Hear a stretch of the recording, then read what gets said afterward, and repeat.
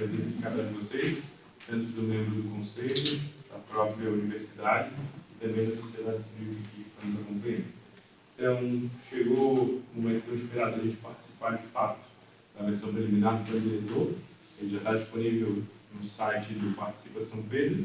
Então, quem quiser ler, quiser ver zoneamento, parâmetros, vai ter tudo o que a gente precisa, vai ter lá. E a gente vai poder contribuir até o dia 11 de junho, e daí finaliza essa consulta pública. A universidade vai fazer os ajustes finos ali que precisarem, e depois volta para o conselho para a gente, então, votar, e posteriormente para a Câmara de Vereadores. Eu passo a palavra então para o professor Samuel, para ele dar sequência aí no trabalho. Tem que ficar mais para lá, né, Amanda? Para cá? Isso. Tá todo mundo sendo gravado. Ótimo. Então, boa noite, né? Todos. Assim, pro lado de cá todo mundo eu conheço, pro lado de cá acho que é a primeira participação aí nas oficinas, então sejam muito bem-vindos, né? A gente está chegando a uma parte importante do plano, e uma parte bem também central na contribuição, na melhoria, no aperfeiçoamento da proposta. Eu sou Samuel, sou professor do Departamento de Arquitetura da UFSC, a gente tem uma parte da equipe que está aqui, tem outros profissionais que ficaram lá ajudando a desenvolver. A ideia da reunião de hoje é a gente apresentar para vocês como é que é a estrutura da versão preliminar, vocês entenderem qual que é a lógica geral, como é que vai funcionar esse período de consulta pública que a gente vai ter, como o secretário Barroso comentou, para vocês ficarem bem tranquilos, né? Vocês ficarem bem tranquilos porque esse ainda é um momento de construção. Então, a gente tem a versão preliminar aqui, que a ideia dela não é ser nada definitivo. Vai ser uma base para poder a gente aperfeiçoar, melhorar, né? Ajeitar o que precisa ajeitar. Então, vocês fiquem bem tranquilos que o nosso papel aqui agora, a gente está apresentando uma versão do plano diretor, que é essa versão preliminar, que tem muito a ver com a interpretação que a gente teve no processo como um todo. O que a gente agora quer fazer os ajustes a partir da percepção da população, né, da sociedade civil, dos movimentos locais, para que a gente possa ter um plano que seja aquele mais adequado, de uma forma também mais legítima, né, de acordo com a percepção dos moradores. Tá? Então, essa é a ideia da expectativa. A gente não vai ter discussão de conteúdo hoje, é só apresentar isso para vocês entenderem como é que é a loja. E vai ter todo o período de consulta pública para vocês fazerem todas as contribuições. E vocês, cada contribuição que vier vai ter um código para vocês poderem rastrear. Né? Então, isso a gente vai explicar como é que vai ser. Todas as contribuições que vierem, a gente vai dar um parecer, mas a partir de agora, a responsabilidade sobre a definição final do conteúdo não é mais da UFSC. A definição final do plano diretor agora vai caber ao Conselho de Desenvolvimento Municipal a definir. O que dessa versão preliminar que vier da Constituição Pública vai ser acolhido e o que não vai ser acolhido.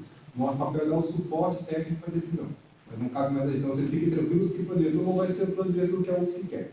A gente aqui se responsabilizou para essa versão preliminar para servir de base. A partir de agora, a responsabilidade recai, também é uma responsabilidade importante. A gente gostaria, claro, que, dentro do possível, todo esse processo participativo fosse levado em consideração. Mas agora é um compartilhamento de responsabilidades, sobretudo em relação ao que o Conselho vai definir. Então, deve ser mais ou menos uma apresentação de uma hora e pouquinho, depois a gente pode abrir mais para dúvidas sobre o processo, tentar evitar a discussão de conteúdo, porque a gente vai ter um momento para fazer isso, eu vou explicar como é que vai ser também esse processo de discussão dessas contribuições. Então, a gente está chegando no 12º mês de trabalho, a gente passou por todas essas etapas aqui, etapa preliminar, preparatória, leitura da cidade, oficinas territoriais, a gente fez 4 oficinas nos bairros no primeiro ciclo, fez mais 4 oficinas depois da discussão de diretrizes estratégicas do plano. A gente elaborou essa versão preliminar, a gente apresentou e fez uma discussão preliminar para o Conselho, e a gente está aqui agora nessa apresentação desse período de consulta pública, fazendo essa reunião aqui novamente, para apresentar a estrutura da versão preliminar.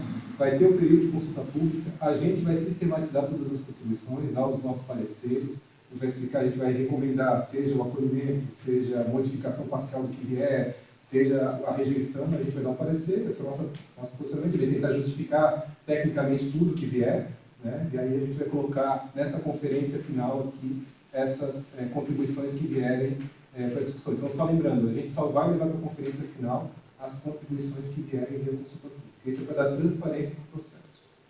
Então, a gente pede, muito bom vocês estarem aqui, a gente sabe que vocês têm uma proposta, e toda proposta é legítima, toda proposta é importante para o município, a gente vai considerar, avaliar, e o número do Conselho da Cidade, o Conselho Municipal vai definir depois. A gente gostaria que vocês participassem da consulta pública para ficar tudo muito transparente. Então, vocês virem participar aqui para a gente é importante, porque a gente sabe que não necessariamente as pessoas vêm discutir, vêm querer participar.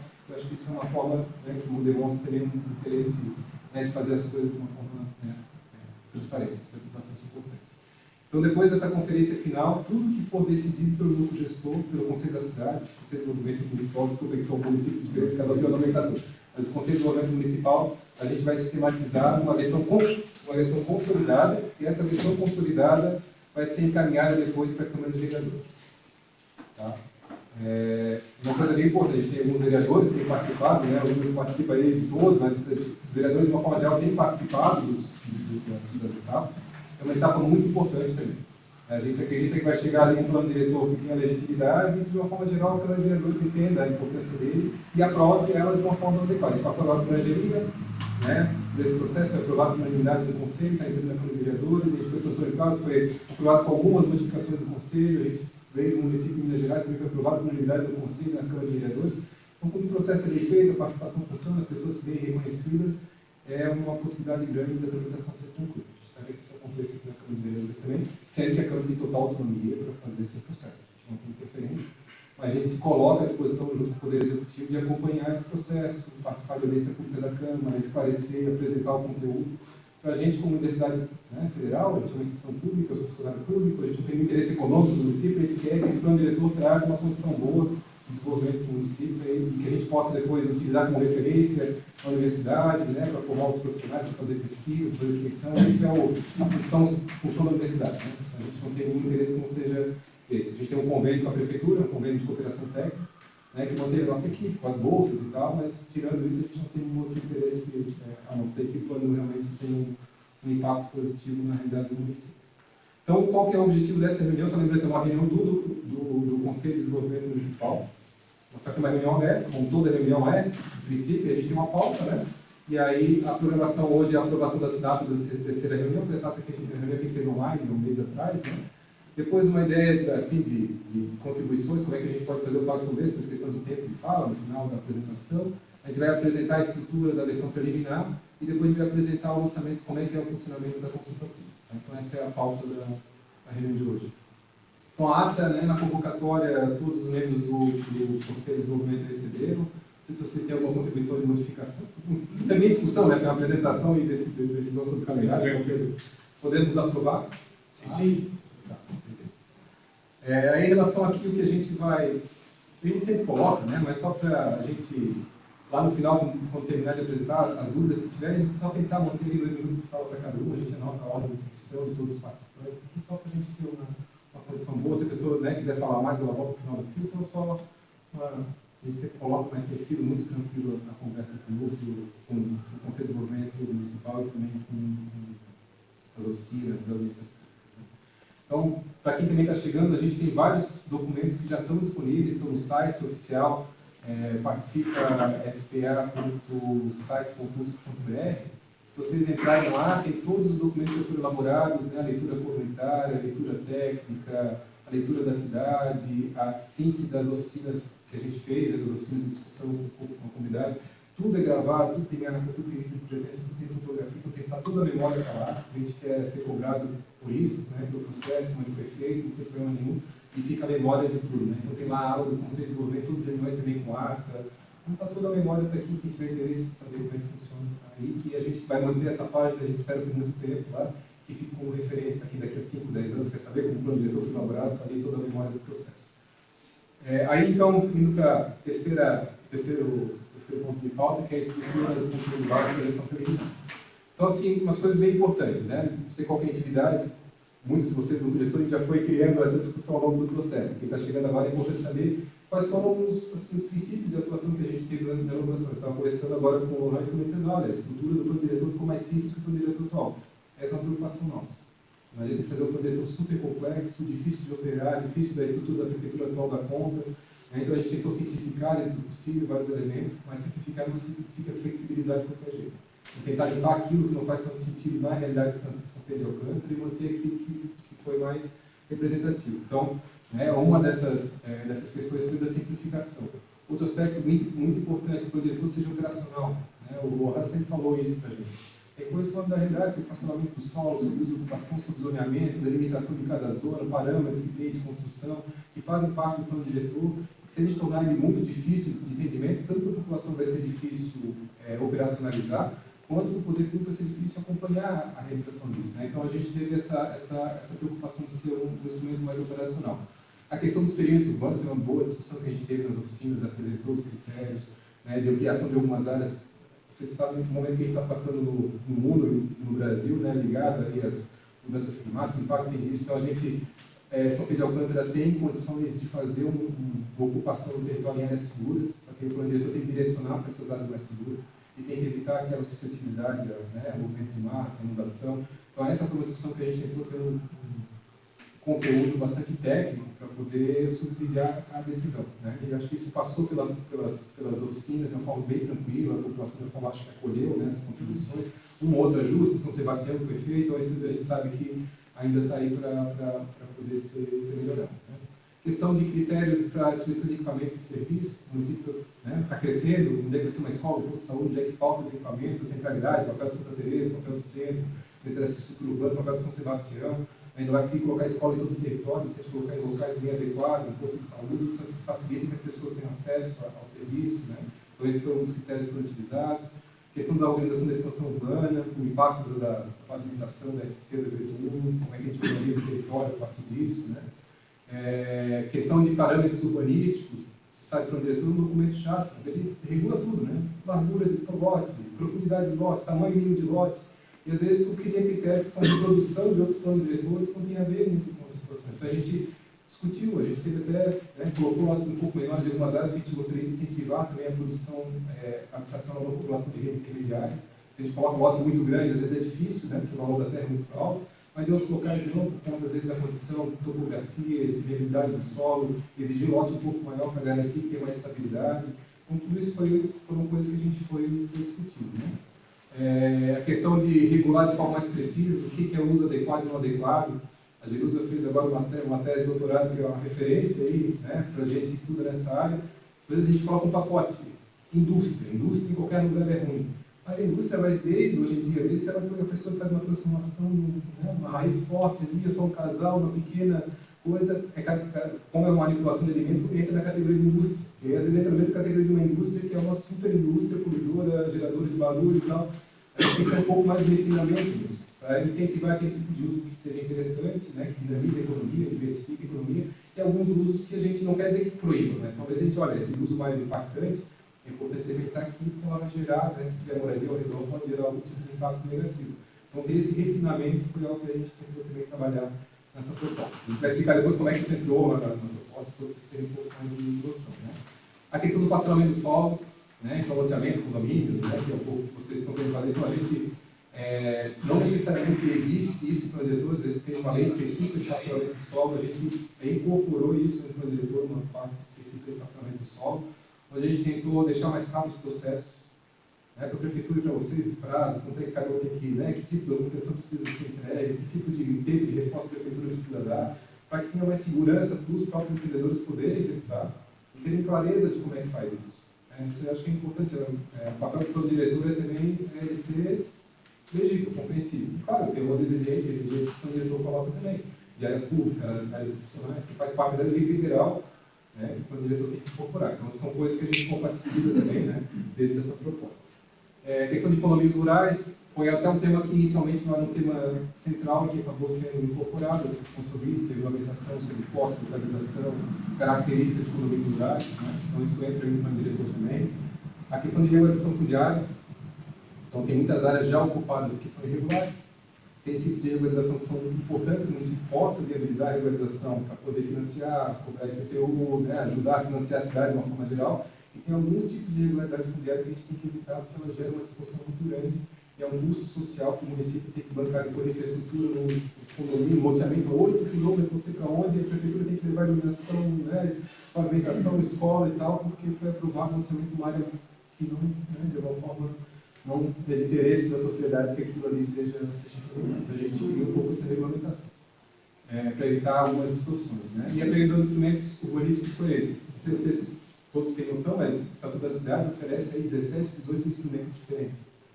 Alguns não têm nada a ver com São Pedro de Alcântara. Por exemplo, a questão do plano atual, né? O plano diretor atual já previa coisas que nunca foram colocadas em prática, né? Por exemplo, a questão de operações urbanas consorciadas. o instrumento tem a ver com metrópole, né? Com grandes áreas que estão sofrendo transformação, processo de... Você sabe que centro histórico de metrópole tem em declínio, né? E que fica lá vazio, ocupado, né? Então, desocupado. Então, são áreas, são instrumentos que não têm a ver com a condição federal. Então, muitas vezes a gente tirou, e então a gente manteve 5 instrumentos, são aqueles que nos parecem mais vinculados à estrutura. Então, isso é bem importante, né? Vocês avaliarem, a gente validou isso já discutiu, apresentou nas oficinas, quais são aqueles que a gente considerava adequados, né? Mas tem ali agora a legislação traz vários parâmetros que são complementares, que é importante ter a população elaborar. Então, se vocês entenderem, esse aqui é um pouco o espírito do que orientou a elaboração do plano. Tá? Então, aquilo que a gente está se propondo a fazer. Né? Então, isso é vocês entenderem o que está por trás, tá? Esse conjunto de aspectos. Assim, não sei qual é a intimidade que vocês têm em relação à estrutura de uma... Agora tem uma coisa delicada que a gente transforma tudo que a gente discutiu com vocês. A gente tem, né, o Sr. Roberto, que é operador do direito aí, como vocês têm os outros advogados, mas essa transformação numa discussão sobre, né, diretrizes urbanísticas, sobre aspectos de planejamento, transformar isso num projeto de lei não é uma passagem fácil. Uma simples mudança de palavra muda totalmente o alcance. Né? Troca um deve por um pode, muda totalmente. Né? O Lohan também, né, o operador dele, sabe isso, uma simples palavra. E às vezes, né, se a gente, às vezes até por boas intenções, não calibra bem a forma como redige determinado aspecto, ela pode não ser eficiente, pode às vezes até apontar para coisas diferentes do que a gente gostaria. Então essa é uma coisa muito importante, por isso que a gente elaborou uma versão preliminar, que é uma versão preliminar completa, estruturada como anteprojeto de lei. Né? Onde está lá uma estrutura do plano diretor completo, com as tabelas, índices, anexos, mapas, está tudo lá. Né? E é possível que tenha ajustes necessários a serem feitos, às vezes até erros textuais que a gente, com mais cuidado que a gente tenha tido, ficou. Né? Então isso é importante, passar pelo crivo de várias pessoas para a gente poder também aperfeiçoar até nesses aspectos. Tá? Então, a estrutura, geralmente, né, a gente tem ali um título, capítulo, seção, isso tem muito a ver com a organização, né, assim, da lógica geral, do que cada parte do plano diretor visa organizar e orientar. Tá? E aí é um pouco essa... A gente não vai entrar tanto nessa discussão sobre legística, né, que é um pouco essa estruturação desse projeto de lei e tal, mas aqui por trás tem uma discussão importante. A gente tem uma das referências aí do Estado de Santa Catarina, que trabalha no outro laboratório, que é o Marcelo Leão, né, que ajudou a gente, tem ajudado aí já há alguns anos a gente estruturar, né, uma forma de projeto de lei que funcione, que seja mais claro. Né? Agora, é claro, a gente às vezes tem que entrar uma tecnicalidade, alguns termos que são um pouco, né, assim, difíceis, e acho que faz parte também da consulta pública, que as pessoas colocarem suas dúvidas, considerações em relação, às vezes, a alguns aspectos desse plano diretor. Então, essa é a estrutura geral que está o plano diretor organizado agora. A gente tentou deixar ele bem claro, né, qual que é o papel de cada etapa, e isso aqui não é uma realidade de todos os planos diretores. Tem plano diretor que a gente espera que é uma confusão. Começa com diretrizes, vai para o mapa de regulação, vai para o saneamento, volta para os instrumentos. A gente tentou ter uma lógica um pouco mais geral de sair do que é mais estruturante. Né, princípios, diretrizes, né, passar pela parte de regulação e chegar até depois ao papel do conselho, que é a entidade que faz o controle, né, para que a gente tenha uma lógica um pouco mais organizada dessa estrutura do lei. Então, que a gente começa a primeira parte do plano diretor, né, essa aqui é a proposta atual, né, se você tem 2011. Esse é o hoje, né, o vigente. O de hoje, né? Ah, tá. Essa aqui é o vigente, né? Que está atual. Que a gente vai apresentar depois está na sequência que a gente modificou. Vocês vão ver que eles iniciam com princípios fundamentais, diretrizes, a parte de organização territorial, os instrumentos do sistema municipal de planejamento e depois as disposições gerais e transitórias. Essa aqui é a estrutura como está agora. Ele dá um peso um pouco maior, se vocês forem ver, para essa parte inicial aqui de políticas. Ela tem, acho que, quase 21 políticas diferentes, né, e planos dentro dessa estrutura atual. A gente tem uma simplificada boa aqui. E a estrutura que a gente tem, ela trabalha de uma forma um pouco diferente. Não necessariamente contrastante ao que tem agora, mas um pouco diferente. Né? A gente tem uma parte inicial que entra com a parte de conceituação, objetivos gerais do plano, parece uma parte discursiva, mas ele é muito importante, porque ele é o que dá balizamento do plano. Então, é normal, vocês que vão estar no conselho no dia a dia, depois da aplicação da legislação, vão ter pedidos de ajuste, de complementação, faz parte de um plano diretor como esse, ele se aceitando. Tem coisas que a dinâmica mesmo vai colocando ao Conselho de Desenvolvimento até alguma demanda de ajuste. Então, recorrer aos princípios, objetivos e diretrizes é muito bom para a gente não perder o espírito do que é o papel desse plano diretor. Então, essa parte inicial aqui guarda essa estrutura. Né? Princípios, objetivos e diretrizes. Depois a gente vai para uma parte do plano diretor que tem a ver com políticas setoriais. Então, o que é uma política setorial? Entendida aqui no plano diretor como instrumentos complementares ao plano diretor. O plano diretor não vai dar conta de tudo. Existem vários instrumentos, plano de mobilidade urbana, de habitação, que é importante, dentro do possível, a capacidade que o município tem de elaborar a questão de riscos, de áreas de sensibilidade ambiental. Então, tudo isso seriam instrumentos. Atualmente, o plano diretor prevê 21 ou 22 políticas diferentes. Então, uma morimpada e apresenta 6 políticas, que são aquelas coisas que nos parecem mais estruturantes. Ambiental, a questão de gestão de riscos e desastres relacionados ao clima, muito importante. A gente está no território, São Pedro de Alcântara não tem uma população tão grande, mas que é um território com uma característica bastante sensível, topografia, geomorfológica, estruturante, está dentro da região metropolitana, está recebendo um pouco a influência da expansão da região metropolitana. Então é importante que a gente tenha clareza quais são as áreas de risco, quais são aquelas áreas de risco já ocupadas que precisariam ter algum tipo de medida de cuidado, aquelas que deveria evitar ocupar. Então a gente direciona um pouco isso no plano diretor, mas seria muito interessante ter ali uma política complementar. Não só para antecipar, mas para quando acontecer alguma situação de desastre, ter formas de enfrentamento disso. Quem que é responsável, que tipo de medida precisa, necessária. Então, isso faz parte dessa política aqui. Depois a questão da mobilidade urbana. Então, São Pedro de Alcântara é obrigado a elaborar uma mobilidade urbana, por fazer parte da região metropolitana. Não significa que a gente vai ter aqui estruturas e tal, mas está aí. A gente tem transporte coletivo, tem a questão da bicicleta, da caminhada, que é importante na realidade do município. Questão do turismo e patrimônio histórico, muito importante. São Pedro de Alcântara valoriza muito o papel do patrimônio cultural e dessa trajetória histórica que o município tem dentro da colonização europeia, aqui na região litorânea, mas Santa Catarina com tudo, a primeira colônia alemã, a gente sabe todo o impacto que isso tem como um elemento atrator. Parte de habitação e redução fundiária e a parte de movimento rural. Então, essa aqui é uma parte que a gente não define o conteúdo exato dessas políticas, mas dá objetivos e diretrizes. Para esses políticas saírem em consonância com o plano diretor quando elas forem elaboradas. Então, quando foi elaborado por uma política de mobilidade urbana, tem ali algumas diretrizes que o plano diretor sugere que essa política seja incorporada. Tá?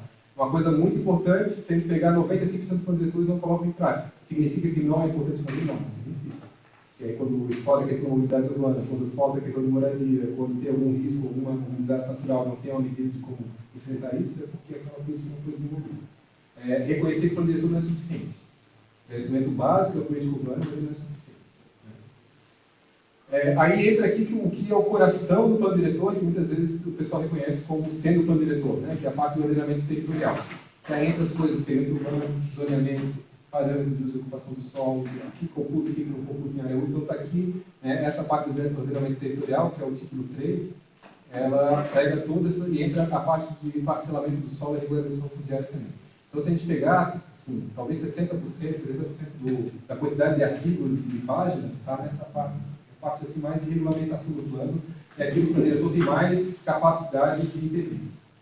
Então, que tipo de uso pode ter em cada lugar, que tipo de quantidade de pavimentos, tipo de atividade econômica. Então, aqui, se vocês forem olhar, é um dos espaços, assim, todos os conteúdos são importantes, mas aqui é onde a gente tem uma parte bastante assim, vinculada à organização do território.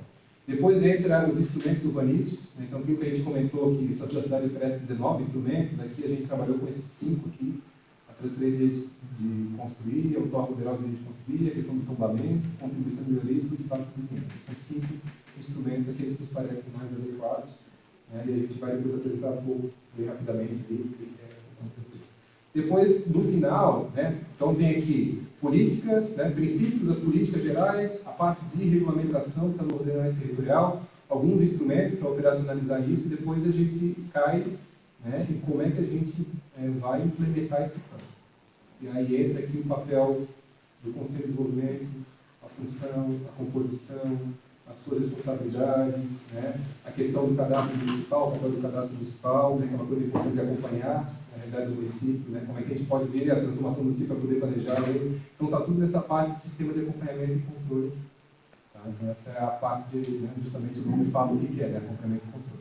E aí, depois, como toda a lei, tem a parte de disposições finais transitórias e algumas coisas são importantes. Tem, sei lá, projeto já editado, já estou tramitando na prefeitura. Então, como é que funciona essa questão? A legislação atual, a futura, dá um prazo para a elaboração dessas políticas aqui. Então, a gente sugere algumas disposições transitórias ali para, enquanto ainda essa legislação atual ela ainda vai vigorar de acordo com alguns parâmetros, enquanto a outra ela vai se efetivando e vai se consolidando. Tá? Então, isso está nessa parte de disposições finais transitórias. Com essa estrutura geral do plano, a gente vai só agora dar uma pincelada em cada um desses conteúdos para vocês entenderem a lógica geral. Tá? Então, indo para a primeira parte, de princípios, objetivos e políticas de instrumentos, esses aqui são os princípios que aparecem lá. Isso foi apresentado nas oficinas, foi discutido. Onde é que são esses princípios? Se pegar esses princípios aqui, se vocês compararem muitos planos diretores, vocês vão ver um monte de princípio igual. O princípio de São Paulo é igual ao princípio que está lá em Doutor Pedreiro. Por quê? É um copy-copy. O que a gente tentou aqui foi elencar princípios que tinham a ver com uma leitura que a gente construiu territorial junto com a população e junto com os pés da prefeitura e da UFS. Então, são aspectos ligados ao que São Pedro de Alcântara tem. Patrimônio cultural, a questão das centralidades urbanas para o centro de Santa Teresa, a questão do desenvolvimento das áreas rurais, né, a questão da gestão democrática, são princípios que a lógica de um princípio é poder dar o fundamento, né, aqueles valores que são a partir dos quais o plano diretor gostaria de ser efetivado. Tá? Então, aqui, não vou entrar em detalhe, mas aqui são, aí entrando, né, no plano diretor vigente, versão preliminar, que tem alguns objetivos que o plano diretor define. Então, o objetivo não é que a gente quer alcançar, né, o que a gente, daqui a 10 anos, 15 anos, com o plano diretor ser efetivado, é que a gente pretende que esse plano diretor direcione o desenvolvimento da cidade. Então, aqui, no plano diretor vigente, são 18 objetivos, a gente reduziu um pouco para 15 objetivos, mas com uma lógica diferente de implementação. Tem muito. Se vocês forem ver, a gente consegue mapear cada um desses objetivos de acordo com a leitura técnica comunitária. É muito importante vocês darem uma olhada para ver se tem uma coisa fora. Esse objetivo vem de onde? A gente vai lá. Aqui a gente tem todo o mapeamento direitinho de cada objetivo, né, para vocês saberem também que é um elemento que foi construído a partir da realidade de São Pedro de Alcântara. Aqui, em relação às políticas, vocês veem hoje como é que está o plano diretor vigente, a quantidade de políticas, né? Setor primário, setor secundário, setor terciário, setor turismo, desenvolvimento humano, habitação, educação, saúde, falava até a questão de desenvolvimento rural, o desenvolvimento rural não entrava aqui na parte de abastecimento alimentar, sobre lógicas de agricultura, assim, coisas que o plano diretor não tinha a mínima condição de ter gerência. O plano diretor não tem como fazer uma política de educação, não faz parte do plano diretor. Faz parte do plano diretor fazer uma política de saúde.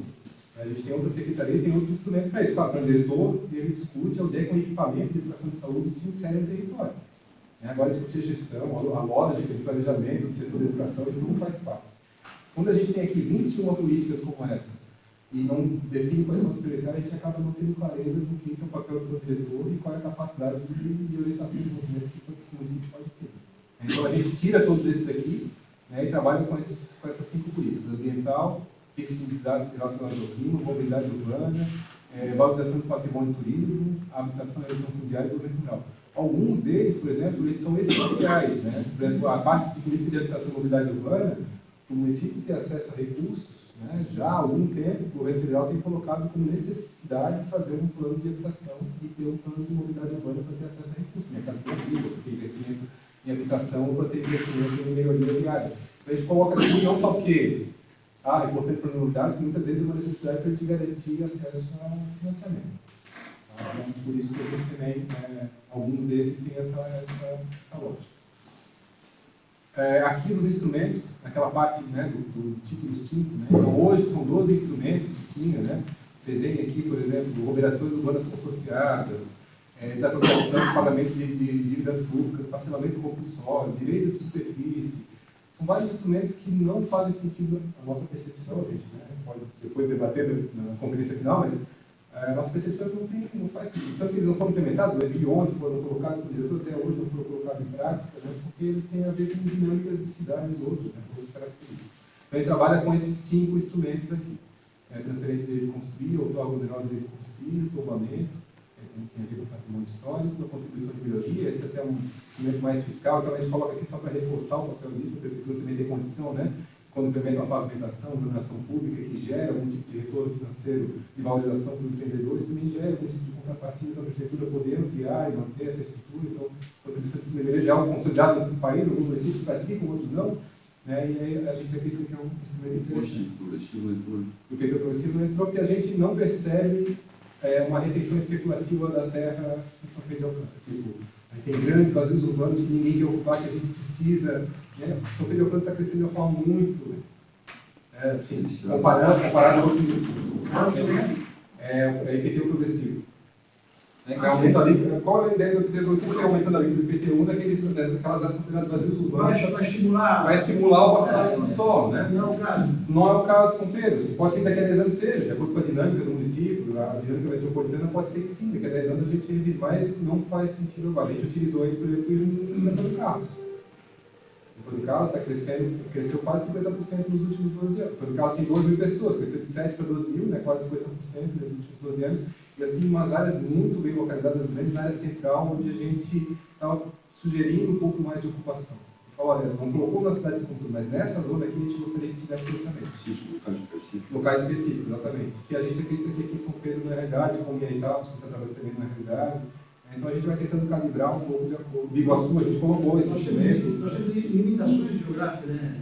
Tem, é isso, assim, né? Então, se tivesse a 20 pedidos, né, ou tivesse o pessoal segurando um lote que é muito bem localizado, uma grande área, a gente talvez pensaria nesse sentido, né? Mas não nos parece a realidade.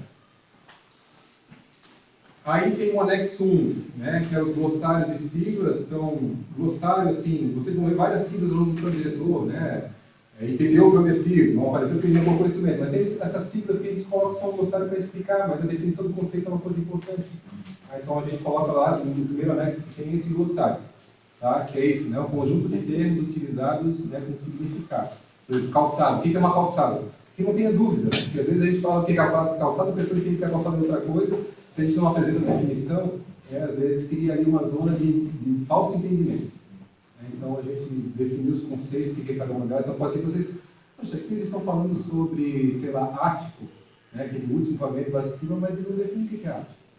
Então vocês podem apontar, olha pessoal, vocês estão falando de regulamentação de ático, mas não entra na sigla, a gente quer saber como é que vocês entendem ático. E a pessoa se formar também, para discussão. Para discussão, se não está muito claro, depende da interpretação do técnico de plantão, claro, a gente confia nos técnicos, mas dependendo da situação pode ser um problema, né? Então evitar essa margem, assim, né? Para quem for querer construir, saber o que é, para quem for regular. Calçado, passeio, né? Você vai utilizar um outro, né? A gente às vezes escolhe, a gente utiliza calçada, porque a definição do nosso calçado às vezes é a definição que o outro entende como passeio. É só para ter clareza ali, para vocês poderem recorrer. Então o glossário também está em discussão, vocês também podem sugerir melhorias. E siglas, né? Eu estou falando aqui várias vezes núcleo gestor e tal, mas assim, é a entidade oficial, CDE, que é o Conselho de Desenvolvimento Municipal de São Pedro de Alcântara. Então está lá, né? Tem uma lista de siglas definindo o que é determinada conceito, sigla que aparece no texto de lei. O anexo 9 tem a ver com o modelo territorial. Então, o modelo territorial é um esquema gráfico, é só vocês terem ideia, né? Quem já participou já conhece, mas essa lógica aqui é o perímetro do município como um todo, né? E a gente sugeriu uma lógica de um desenho, né, que é um esquema que demonstra um pouco uma ideia geral de organização do território, né, onde tem a centralidade aqui, que a gente está, né, no Centro Fundacional, Centro Histórico, Santa Teresa, né, a ideia de fortalecer a importância dessas duas centralidades e a complementariedade delas, até para oferecer um pouco mais de autonomia de São Pedro em relação à região metropolitana. Então a gente está sugerindo um pouco mais de ocupação, um pouco mais de densidade, né, nessas áreas aqui, para fortalecer, para poder, né, criar condição de um pouco mais de comércio, de serviço. Então isso é uma coisa importante que a gente está sugerindo. Não está sugerindo isso lá no campo, né, ela está sugerindo lá em São Sebastião. Isso aqui são outras áreas de situação que a gente está sugerindo, esses amarelinhos aqui, né? Mas a gente está sugerindo isso naqueles dois lá. Por quê? Porque estão mais ligados à região metropolitana, tem uma estrutura urbana, tem condição de ocupar, tem uma topografia um pouco mais adequada, apesar de ter áreas não necessariamente boas para ocupar. Então, essa aqui, a ideia do modelo territorial é um pouco de deixar claro quais são... e cada linha dessa aqui tem um significado, né? Você vê essa linha grossa aqui, é uma ideia de fortalecimento da integração entre esses núcleos a partir do sistema de transporte coletivo, mobilidade, caminhabilidade, né? Como também a proposta de uma via paralela que a gente está fazendo para fortalecer, né? Paralela à atual SC, para poder fortalecer a integração entre elas e ajudar a expansão urbana. A ideia do modelo territorial não é preciso, né? Porque a gente aqui, vocês vão ver uma largura dessa aqui, significa às vezes 15, 20 metros, né? Então, a ideia desse esquema aqui é entender a proposta geral. Mas depois vocês vão ver que tem mapas que são muito precisos. O olhamento, a gente tem que ser preciso aonde é que é uma zona, onde é que é uma outra zona. É que é uma preocupação, não sei, acho que do pessoal de habitáveis, mas aqui também, a gente vai ter um mapa de zoneamento que tem clareza, para saber onde é que é um zoneamento, onde é que separa um do outro. É o que a gente está oferecendo para vocês, é um material cartográfico de qualidade, que vocês vão ter clareza, tanto agora na consulta pública já, ter clareza dessa definição, né, essa separação das zonas, onde é que vai ter leitura, onde é que não vai. Então, tem coisas que são muito precisas, e tem coisas que são esquemáticas, que quando tiver um loteamento novo, né, um empreendimento novo, a gente saber qual pode ser o papel desse novo empreendimento dentro dessa estrutura geral. Aqui, então, um pouco a proposta das duas centralidades, né, ali do Centro Nacional, da Santa Teresa, a via existente, a via proposta, mas aqui tem a ver também com o sistema de áreas livres, né, o que a gente propõe de corredores de áreas de lazer, de proteção ambiental também, que tem a ver muito com a ideia de valorização do curso d'água. A gente comentou isso muito nas apresentações, né, a gente tem modelos de cidade pelas costas do rio, e aí o rio é o fundo da ocupação, é o local onde acontece o despejo do esgoto, né? Hoje a gente pode fazer a cidade de frente do rio. E ainda São Pedro de Alcântara está nessa condição de escolher o que pode fazer com essas áreas aqui, né? E aí a ideia muitas vezes compatibiliza o interesse de uma área de lazer com o interesse às vezes do empreendedor de fazer uma área de ocupação um pouco mais densa e tal, mas que uma coisa já é benefício para outra. Então esse é um pouco que a gente tem que orientar. Algo que seja, de alguma forma, traga benefício para a sociedade, que de alguma forma viabilize o desenvolvimento econômico do município. Então, a gente tenta compatibilizar um pouco nesse sistema de áreas livres. Aqui a proposta, né, do sistema de mobilidade urbana, né, aquela coisa, a ideia dessa via paralela aqui para ajudar a estruturar um pouco mais o tecido urbano, então, em vez de ficar uma cidade pendurada numa rodovia linear, né, a gente possibilita ter pelo menos duas frentes e fazer uma costura, a integração entre essas duas frentes, com o rio no meio, né, onde a cidade possa estar da frente do rio. Então, pode dar uma característica de qualidade urbana, ambiental, né, que compatibilize desenvolvimento econômico, loteamento, condomínio, né, o que for, né, empreendimentos comerciais, serviços, mas com um tipo de desenho urbano que possibilite que isso funcione. Alguns, a gente, né, se a gente tomar cuidado como é que isso possa acontecer agora, daqui a pouco você vai ser uma coxa de recado de um monte de pedaços de loteamento, de condomínio, que se não guarda nenhum tipo de coerência, de integração. Então a gente quer tentar compatibilizar um pouco essa lógica. Sobretudo no núcleo Santa Teresa e no núcleo do centro. É aquilo que a gente apresentou no modelo territorial com as duas centralidades principais. Então esse é o modelo territorial. Macrozoneamento, né? Então, aqui está a proposta, né, da macrozona. A macrozona é a divisão do território em grandes áreas de ocupação um pouco mais uniforme. Então, a gente tem planos diretores, às vezes, que tem um macrozoneamento super complexo, com não sei quantas macrozonas. A gente vai ter um macrozoneamento e um zoneamento. Eu vou apresentar o zoneamento que é, né, a divisão dentro dessas manchas aqui, de zonas um pouco mais específicas. Aqui a gente separa em duas macrozonas, a principal é a macrozona rural, que é a verde, e a macrozona urbana. Então, deixando um pouco mais claro qual é o papel delas, né? E a gente acredita que, de uma forma geral, o território de São Pedro de Alcântara não justificaria uma grande recorte em macrozonas rurais de características diferentes, porque não tem nada que justificaria isso. Em alguns casos, às vezes, tem uma atividade mineradora representativa. O município do norte do país, por exemplo, tem, sei lá, uma grande área de reserva indígena, que ocupa 30% do território, que justificaria ter uma macrozona, sei lá, de interesse cultural, histórico. São Pedro de Alcântara não tem essa característica. A área, tirando a área urbana, a área rural é relativamente homogênea, tem essa topografia, as características de vegetação. Então, o que a gente faz é apresentar essas duas macrozonas. A macrozona urbana, a lógica do macrozona urbana é de permitir, sobretudo, passamento do solo, loteamento, ter um tipo de passamento que seja abaixo, do módulo rural, enquanto na área rural a gente regula um pouco mais a parte de... a gente, até uma discussão que a gente fez com o conselho, de regular a parte de usucação, o que é possível fazer, que tipo de edificação, que tipo de uso também na área rural. Então, está pintado de verde aqui não significa que não pode fazer nada. Pode fazer muita coisa na área rural, a gente só tenta criar um balizamento para evitar algumas distorções. Então, esse aqui hoje, o diretor vigente de todas as macrozonas que tentam dividir o município em 6 macrozonas, a gente dá uma boa simplificada nisso para ficar um pouco mais claro. Se a gente for ver, a gente não sei se fez aqui, não fez. A gente tem uma tabela comparativa. E o diretor coloca como característica de diretriz para cada uma das macrozonas. Quase todas são iguais. Característica de diretriz. Para que fazer 6 macrozonas se as diretrizes são iguais? Então, a gente incorpora isso, porque realmente a lógica é um pouco mais simples.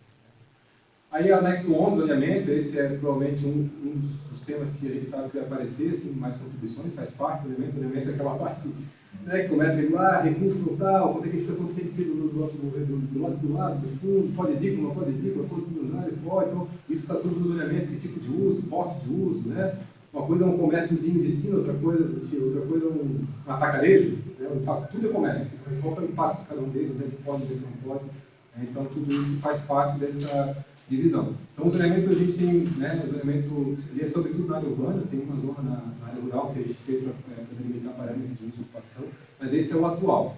A gente tentou captar qual era a essência do zoneamento, a gente conseguiu entender algumas lógicas, mas algumas outras não. Como vocês veem, uma coisa bem importante, a gente propôs, a gente está fazendo uma revisão do plano diretor. Né? O plano diretor, a gente chama esse processo de revisão do plano diretor. Poderia ter estratégias diferentes. O plano diretor, por exemplo, de revisão, que só faz algumas alterações pontuais. O que a gente optou por fazer foi o substitutivo global. Então, uma alteração completa do plano diretor, porque a gente identificou que, né, fazer remendo do plano diretor atual talvez ia mais dificultar a implementação dele, porque a gente projetou com uma outra lógica. Isso funciona para o zoneamento também. A gente fez defesa do zoneamento do zero. Tá? E isso é importante descrever. Então, esse aqui é o como está hoje, né? Então, para cada uma dessas zonas, aqui tem 1, 2, 3, 4, 5, 6, 7, 8, 9, 10 zonas diferentes. Né? E tem parâmetros, né? O que é permitido, o que não é permitido para cada zona de uso. Né? Questão de parâmetro, né? A taxa de ocupação, índice de permeabilidade. Né? Acho que não precisa entrar em detalhes sobre cada um desses parâmetros, mas isso é a regulação. Né? Taxa de permeabilidade, quando o solo tem que estar, possibilite que a água... Né? É o que provoca as nossas reuniões. Muitas vezes, né, tem a ver também com alguns problemas que você está vivenciando sobre questão de drenagem, enchentes e tal. Taxa de ocupação, quanto o terreno pode ser ocupado pela edificação.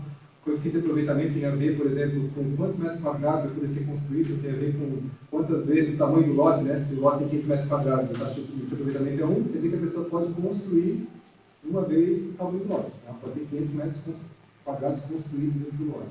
Então, cada uma desses instrumentos tenta criar regulação, orientar o crescimento, o desenvolvimento e a ocupação de forma mais adequada.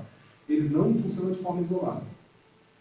Tá? Então, eles são são complementares. Então, é sempre importante, quando vocês fizerem a leitura disso, né? Por exemplo, não adianta colocar a taxa de ocupação de 80% e colocar a taxa de permeabilidade de 40%. Se somar os dois, é 120%. Quase não tem 120%. Então, uma coisa tem a ver com a outra.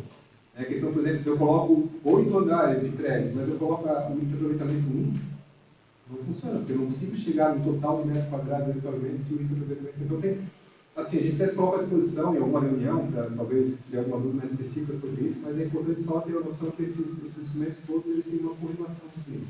Eles tentam orientar, né, por parâmetros complementares. E aí, esse aqui é o zoneamento proposto. Então, só lembrando que a gente, parece que esse perímetro urbano é menor do que atual, mas o que a gente fez foi retirar do perímetro urbano todas aquelas áreas de alto risco de suscetibilidade, alta suscetibilidade de movimento de massa, de escorregamento, erosão. Então, por isso que ele é um perímetro urbano mais entrecortado, né, do que o atual. O que ele é? O atual ele basicamente tem a SC, ele joga não sei quantos metros para cada lado, quilômetros para cada lado, não sei exatamente 500 metros. Para cada lado e fala, olha, aqui o perímetro urbano é um... Né, e a gente percebeu, na verdade, que isso não leva em consideração as características do relevo, topografia e tal. Só que a gente, em paralelo, a gente faz algumas áreas de expansão. Então a gente sugere a ocupação para algumas áreas um pouco mais seguras, tanto aqui, do norte. Esse mapa aí não tem índice? Legenda aí? Esse aqui não tem, mas o que está no sistema... A gente só simplificou aqui para não ficar muito fluido. Mas o que está online tem legenda. E dá para dar um zoom bom, que ele está numa resolução bem boa. Tá? A gente vai, acho que, apresentar cada uma das zonas. Então, ele simplificou, né? São 7 zonas agora. Então, claro, aqui no miolo tem uma área de proteção ambiental, que é essa área de morraria, né? E aquela via paralela que a gente propõe, que ela vem por aqui, ela tenta ajudar a organizar essa expansão urbana do lado de cá do Rio também. Tá? A gente tem essa expansão aqui na direção aqui de São Sebastião, que é uma área que a gente... que foi um estudo bem cuidadoso que a gente fez. Tentou cruzar dados geológicos, morfológicos, topografia, liquididade, informações que tem do Sistema Nacional Geológico, né, para poder ter um pouco mais de segurança. Então, quem está fazendo, né, tentando orientar a ocupação para algumas áreas que são claramente mais seguras. Então, sobretudo essa área aqui, né, como também de São Sebastião, essa parte da Alta Varginha. Então, são essas 7 zonas. zonas, né? Zona empresária e industrial, que é essas cinzas aqui, a zona de desenvolvimento econômico, que é essas aqui, sobretudo, dessas vias, né, de conexão entre as áreas aqui, né? Aqui é a via que vai para a região metropolitana, chega em São José, né? Aqui é que vai para São Sebastião e depois Santa Marta da Imperatriz. Então aqui a gente sugere, desenvolvimento econômico, que a gente sugere uma complementariedade entre usos comerciais, serviços, logísticos de pequeno porte e também residenciais, né? Sabendo que essas são áreas que vão ter um pouco essa mistura pela característica da via. Né? Aqui, essa parte cinza aqui é zona industrial, a vermelha, as duas, né? Aqui em Santa Teresa, que é a zona mista central, né? Junto com essa parte aqui também de ocupação da área central, que é a zona de proteção histórica aqui do centro. Histórica.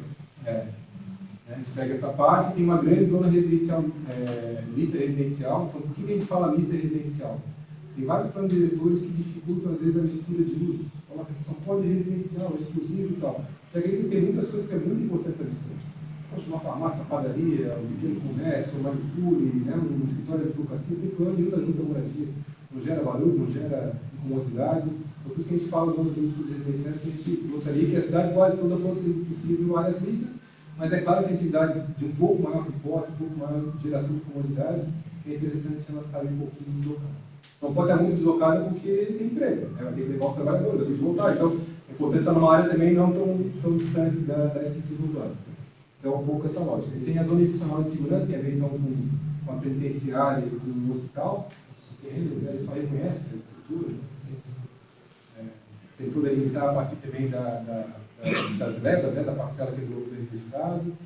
Então, é um pouco essa lógica geral de estruturação também. Então, são poucas zonas, elas estão bem limitadas. Aqui parece que elas não têm muita precisão, mas ali a gente tem que ser bastante cuidadoso na delimitação de uma zona para outra, levando em consideração acidentes naturais, curso d'água, levando em consideração topografia, levando em consideração delimitação de lotes, que é uma coisa muito complicada. A gente tem um lote ali que o zoneamento atravessa, e aí tu não sabe se é de uma zona ou de outra. Só que a gente também tem que ser honesto que a base que a gente tem, né, atual do cadastro do município não é tão precisa, ela está um pouco desatualizada. Então também a gente tem um pouco a ver com a base de informação, não vai conseguir ter precisão porque não foi feito levantamento, uma restituição atualizada. A gente tentou ser bastante cuidadoso, mas é possível que daqui a um tempo o município faça, né, um cadastro, precisa fazer ajuste fino ali para poder ter uma operação um pouco melhor do zoneamento. Essa é um pouco a contribuição. A gente fez um estudo de população aqui, né, quanto caberia de população nessas áreas aqui, deu quase 38 mil pessoas, quase 3 vezes a população atual, 3 vezes não, desculpa, quase 6 vezes a população atual, né, Então, assim, muito tranquilo para 10 anos ter isso como referência. Então, só lembrando que o plano diretor não é uma bala de prata. Então, ele está orientando 10 anos, daqui a 10 anos o plano diretor vai ser revisto. A cidade cresceu tanto quanto se esperava, se procura outras áreas. Não cresceu, a gente ajusta, né? Então a gente trabalha muito, né, numa projeção a partir do que o município tem recebido. Ele tem crescido, não é um crescimento extraordinário, assim, do ponto de vista da quantidade de população, mas é algo que, né, é importante que o município também incorpore um pouco mais essas situações. Então, é só importante falar que a zona rural também não está aparecendo aqui, mas está nos anexos lá. Isso é bem importante, tá? Então tem uma zona rural que pega toda a macrozona rural que a gente criou, na verdade, para poder ter parâmetros de regulação do que pode, de uso, de porte, né, de atividade, nas áreas rurais também. É uma reivindicação do próprio município. Né? Poxa, eu quero construir uma área rural? Pode construir uma área rural. Né? Pode ter casa, pode ter pousada, pode ter várias coisas em área rural. Né? A questão é de a gente delimitar qual é o parâmetro. Né? Então, isso a gente também tem uma zona rural com parâmetros específicos ligados a isso. Tá? Então, só para você lembrar, descendo do zoneamento, vai ter uma parte textual do zoneamento, que vai explicar o que é cada zona, a diretriz para cada zona, vai estar lá na parte do texto. Vai ter um mapa, né, que é essa parte gráfica que a gente está apresentando aqui, e vai ter uma tabela. Aqui, em relação ao zoneamento, são 2 tipos de tabela. Uma tabela de uso, por que uso? Né? Que tipo de atividade? Pode comércio de pequeno porte, mas não pode grande porte. Pode industrial de tal porte, mas não pode industrial daquilo. Então vai ter uma tabela de uso, já passou. E vai ter uma outra tabela que é de parâmetros construtivos. Quantos andares pode ter, qual que é o total, qual que é a taxa de criminalidade. Então, geralmente, o zoneamento está regulado por esses três partes. Textual, que ele é mais uma descrição da zona, né? Mas a parte assim, mais de regulação mesmo está no mapa e nessas 2 tabelas. Uma de uso, que tipo de atividade pode ter naquela zona, porte, característica, né? E uma outra tabela que é de parâmetros de uso. Faço para o Roberto, depois eu passo para ti. Essas lâminas aí de apresentação vão estar disponíveis no a gente pode colocar, né, disponível assim. Vai estar na aba da reunião do conselho, né, com todas as atas. Não, é para a gente poder ter um... Sim. Boa. Só fazer um comentário referente ao site ali, que está como uso, ocupação e parcelamento solo. Está bem dividido. É uma coisa que também não é muito comum, a gente tem adotado isso nos planos diretores, é criar uma outra tabela vinculada só ao parcelamento do solo. Que fala o tamanho mínimo do lote, fala a questão das áreas públicas reservadas, né, regula tamanho de quadra, algumas questões que a gente tenta sugerir para facilitar também o manuseio da lei. Então fica no meio da tabela lá de uso, né, a gente tem que para uso, parâmetros de ocupação, né, e a questão do parcelamento do solo, tá, que a gente vai apresentar mais à frente ali do parcelamento do solo. Então, um outro anexo tem a ver com as áreas especiais. Então, você deveria ter um mapa de zoneamento, só que a gente tem dentro do zoneamento áreas que têm uma característica específica que a gente gostaria de valorizar. Né? E aí isso está nessa categoria de áreas especiais. Geralmente é uma demarcação sobre o zoneamento, está em cima do zoneamento, porque ele quer reforçar algum tipo de característica específica daquele local dentro do zoneamento estratégico. Então a gente tem áreas especiais ligadas às áreas de interesse ambiental. Então isso aqui tem muito a ver com topo de morro, com a legislação de código florestal, né? E as áreas também de proteção de imagem de curso d'água. Né? Tem algumas áreas demarcadas como as áreas de interesse histórico, né? Então a gente tem aqui a área central aqui, né? Ligada aqui onde a gente está no Centro Fundacional, e tem também ali de Santa Filomena, né? Santa Filomena. A gente tem área de especial interesse da penitenciária, né? Isso, que é essa parte aqui. Né? E a gente tem as áreas, por exemplo, as áreas de especial interesse social. A gente tem uma delas demarcada, que é aquela próxima da escola lá. Santa Teresa, então, que é uma área, né, vinculada ao interesse social, uma situação um pouco mais delicada, que a gente demarca uma área para regularização e para, né, melhoria também urbanística delas. São essas. Então, a gente tem essas categorias de áreas especiais, né? De interesse social, de interesse ambiental e unidades de conservação, que a gente tem uma unidade de conservação, um pedacinho aqui no sul, né? Unidade de conservação. Não é RDPN, exatamente, que é um pedaço do território, que está demarcado ali. As áreas especiais de interesse ambiental, que tem a ver, né, com o topo de morro, os cursos d'água, de proteção, aqueles, né, com características ainda não ocupadas, né, sem as áreas urbanas consolidadas. As áreas de regulação fundiária. Então, essas aqui, elas são demarcadas aqui. Elas quase não vão aparecer, porque estão ali em Santa Teresa também, é bem pequenininho, não vai aparecer. Só com ampliação, né? Só com ampliação. E aí tem depois os mapas específicos, né, de interesse especial, né, está lá demarcado. Então, tem o mapa geral do município todo, tem os zooms que a gente dá. Então, está toda essa cartografia lá disponível para verificar. Então, aqui tem, por exemplo, né, o exemplo da Laranjinha, que é a área especial de regulação fundiária, que pega esse pedaço aqui mais ao sul do curso. E aquele, basicamente, que prevê no mapa do estado. Isso, exatamente. Aqui é da penitenciária, né, especial de interesse penitenciário, ali as ex, né, que pegam um pedacinho aqui da... Então, né, aqui está um pouco mais claro a demarcação dessas zonas. Aqui, essa aqui é de interesse cultural histórico. Vocês vão ver que, assim, importante é vocês verificarem que a figura das áreas especiais ela é diferente do zoneamento. Ela não cria um parâmetro de ocupação específico, então ela cria, às vezes, alguns tipos de necessidade de complementação, de algum estudo, de algum tipo de... Né, uma chamada de atenção. De atenção, exatamente. Olha, pessoal, aqui tem uma área de interesse histórico, tem uma área de interesse cultural, né, para que se valorize um pouco a existência desses elementos. O anexo 13 tem a ver com as vias projetadas. Então, a gente, né, o Roberto estava falando um pouco aqui sobre essa via. Isso aqui é importante, que é um traçado que ele é referencial. É uma sugestão de traçado que a gente está dando para quando tiver qualquer loteamento novo, né, ser processado, que se tenha um estudo sobre isso. Né, e até é importante que a Prefeitura verifique se esse é um projeto também da Prefeitura no sentido de implementação disso, porque ele não é preciso. Ele vai exigir um tipo de estudo topográfico mais cuidadoso, às vezes para colocar 5 metros mais para lá, 5 metros mais para cá a via, né, mas é importante que se saiba que essa via está sendo planejada. Para cada loteamento novo, leve em consideração isso. Então, se a gente não faz isso desde agora, o Roberto está falando, daqui a 1 ano, 2 anos vai ser tarde demais, porque já vai ter loteamento executado e tal. Então, se a gente não organiza isso desde agora, talvez a gente perca a condição de execução. Por favor, isso. Eu acho que, passando essa BR, aí o crescimento aqui em São Pedro do Alcântara vai ser mais na área rural. Porque a área rural aí, estão aí pegando o que manda tudo ali, as pessoas, os donos das terras, que são as pessoas mais idosas que estão indo, aí ficam os novatos, as gurizada nova e vão vendendo tudo isso, vai dar uma... o que está acontecendo aí, que a gente vê na nossa região do Pagarari, a região toda ali, quem vai lá no exercício do Nazareno lá, tem 50 casas lá naquela baixada. Então, a expansão que vai ser na área rural vai crescer muito mais para a gente. Eu acho que isso aí vai ser... Essa é uma realidade que a gente vai ter que acompanhar. Né? A gente foi uma discussão que não fugiu, né? Dos debates que a gente fez aí sobre papel, né? Do perímetro urbano, das áreas de expansão. A gente até ajustou determinadas áreas para tentar incorporar já algumas dinâmicas de ocupação e tal. E provavelmente vai ter ocupação de área rural, vai ter, né? Tem a possibilidade, por exemplo, de uma verba de 10 hectares ser, né? Desejada em 4, 5, né? Levas ali um pouco menores, então isso faz parte, cada grau vai poder ter 3 unidades, então faz parte da construção, edificação em área rural, tem plano, mas né, agora dentro de alguns parâmetros que o diretor estabelece. E acompanhar a situação, sei lá, daqui a 10 anos tiver uma localidade com 60, 70 famílias, talvez seja papel do diretor reconhecer, delimitar o perímetro urbano, né? Mas aí isso não é algo que a gente pode antecipar, né? Porque o risco que a gente faz perímetro urbano no município como um todo é um problema. Fica observado e dinâmica.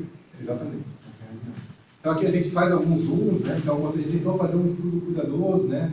Sobre como essa via pode aproveitar alguns trechos de via já existentes, né? Incorporar algumas conexões, né? E viabilizar um pouco melhor, né? A utilização dos dois lados do rio. Então esse foi o estudo preliminar que a gente fez, mas vai exigir, né? Então aqui tem, né, dentro do anexo 3, as vias projetadas são essas quantilladas, e que a gente sugere um perfil viário para algumas delas. Então, por exemplo, a gente não está fazendo perfil viário em todas as vias. Mas, pô, se aquela via ali for construída, é muito importante que ela incorpore a questão pelo menos de uma calçada, iluminação pública, uma ciclovia, ela já seja feita assim. Né, para daqui, sei lá, se depois ela for implementada, tiver que desapropriar para fazer uma calçada e tal, e morrer. A gente tem 2 núcleos que eles são relativamente, claro, tem uma topografia que é das mais fáceis, mas eles são ainda núcleos relativamente próximos que a gente pode, às vezes, 5% dos deslocamentos são usados a bicicleta, mais uns 10% do transporte coletivo, a gente vai diminuindo um pouco, né,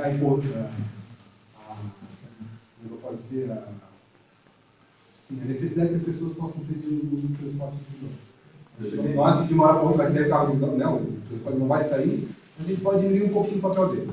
Então essa é um pouco a lógica do perfil viário sugerido.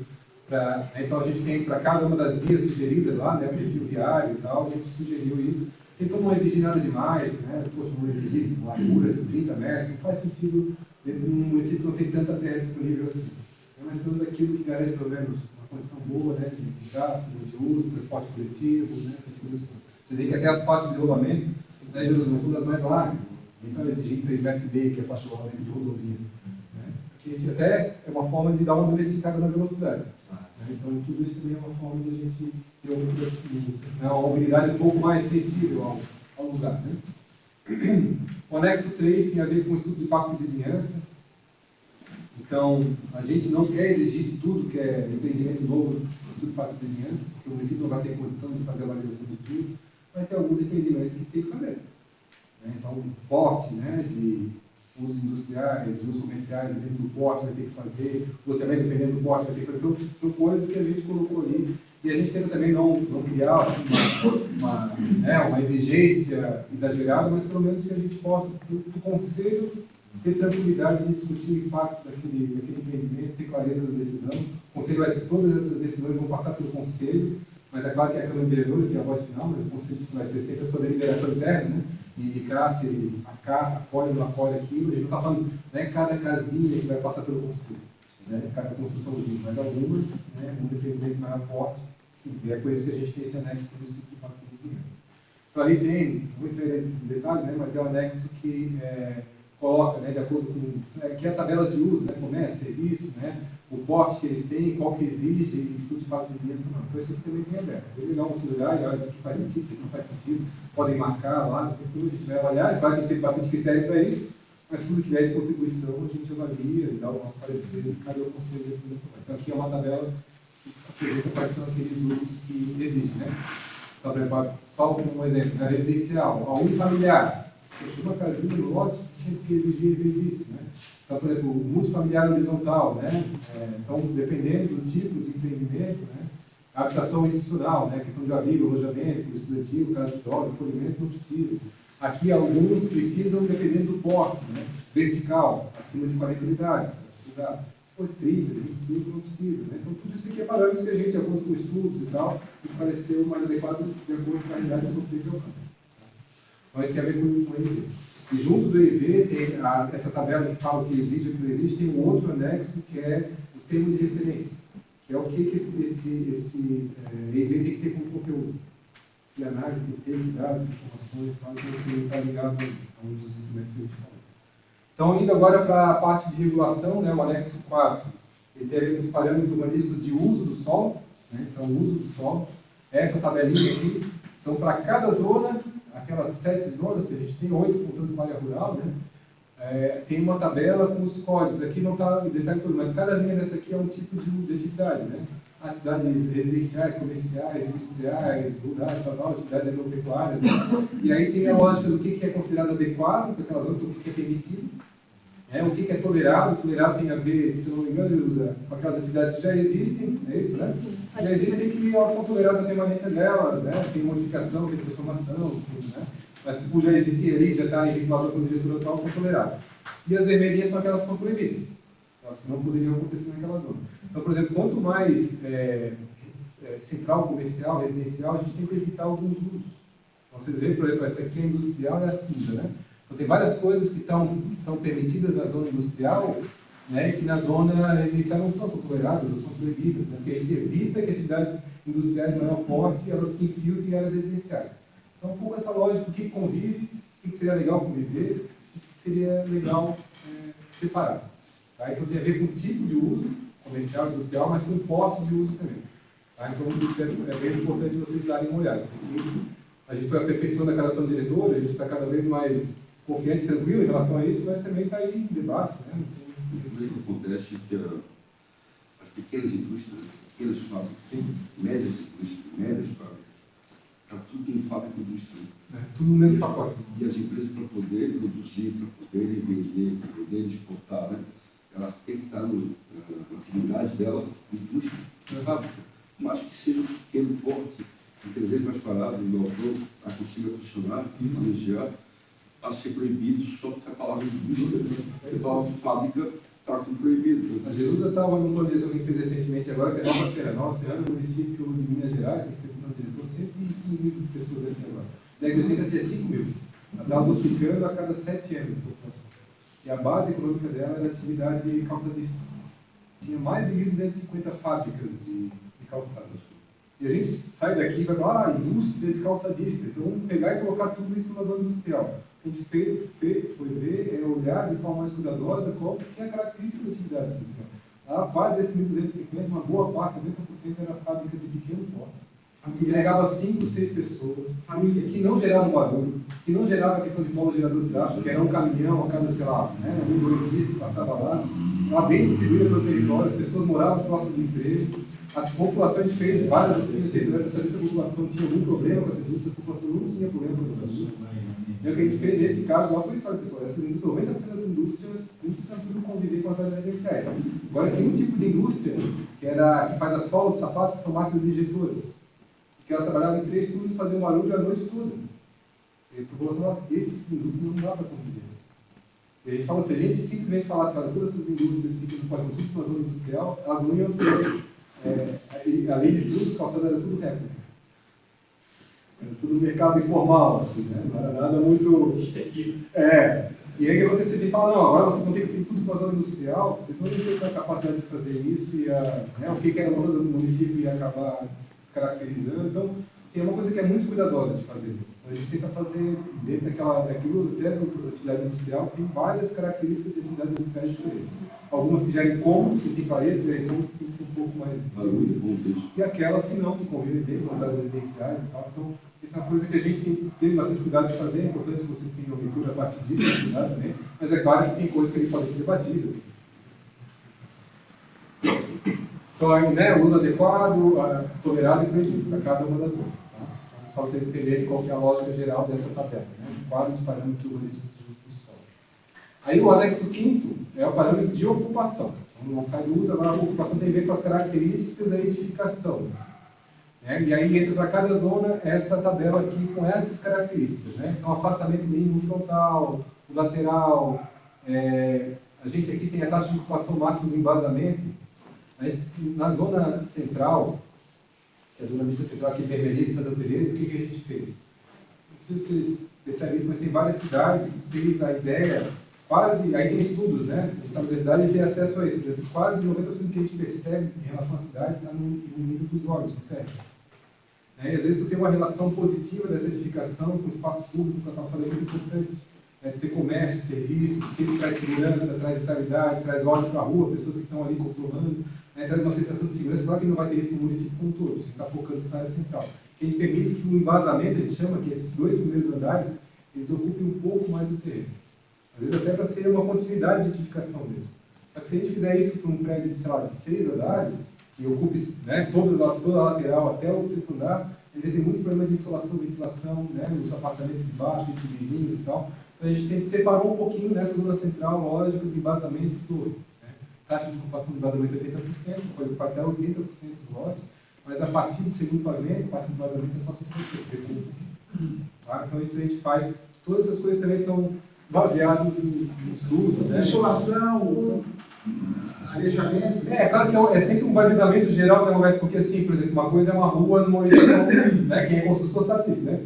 Uma rua numa orientação leste-oeste, outra coisa é numa norte-sul. Uma coisa tem morro aqui que está tapando o sol do norte, no inverno soltando um pouquinho e faz sombra. Assim, a gente não tem como regular cada uma dessas coisas numa competição. Então a gente tenta criar um balizamento um pouco geral para que garanta algumas qualidades. Então essa é a preocupação que a gente tem. Né? Então isso tem a ver com o número de pavimentos também. Né? Então a gente cria algumas áreas com uma densidade um pouco maior, que chega até 6 pavimentos, 4 mais 2. E o mais 2 aqui tem a ver, que a gente explica aqui, né? Você vê a pessoa poder comprar essa taxa pela transferência, sem um patrimônio histórico, uma coisa ali, ela pode comprar um potencial construtivo, tem poder construir um pouco mais.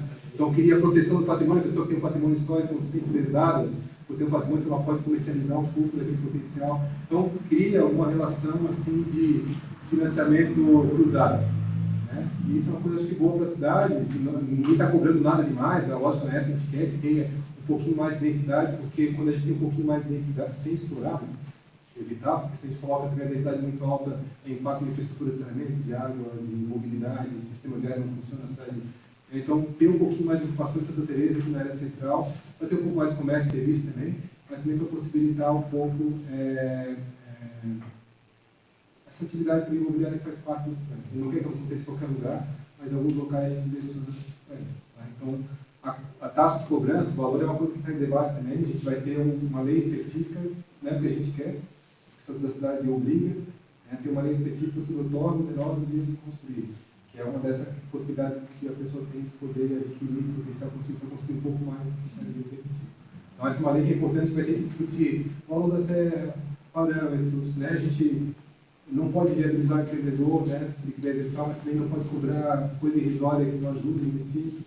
Aquelas políticas todas da política de previsão de risco, política de habitação, se um pouquinho de cada empreendimento entrar em um recurso do fundo do município, ele vai ter condição de contratar para fazer a política, e assim o município vai se estruturando. Se cada um ajudar um pouquinho, né, sem viabilizar, cada um tem a sua condição de fazer, a gente pode ter um município que traga, até pela qualidade que ele tem, e se mantenha como um elemento atrator. Se a gente descaracteriza a qualidade, daqui a pouco que o São Pedro de Alcântara tem como excepcional e se perde de uma forma muito rápida.